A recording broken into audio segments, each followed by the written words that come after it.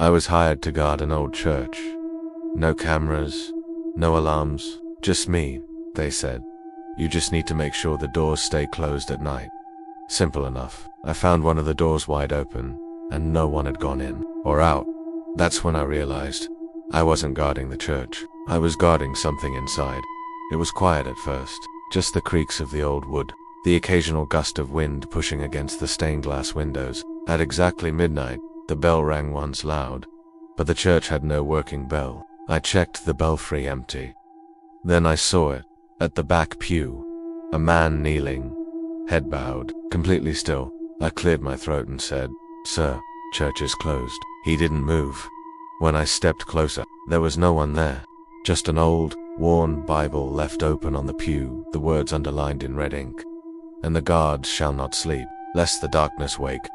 The next day, I asked the priest about it. He didn't look surprised. He said, "You saw one of them. The guards before you. They always return on their anniversary." I asked, "Anniversary of what?" He just said, "The last time the doors were left open." That night I found old files in a locked cabinet behind the altar. Photos.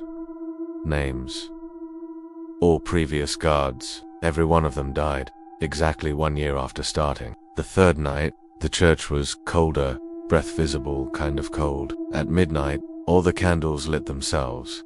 The organ played one single, broken note, and I saw them figures in old robes standing along the walls. No eyes, no mouths, just faces stretched into silence. One of them walked toward me and whispered, "You left the door open." I turned to run, but the front doors were nailed shut from the outside.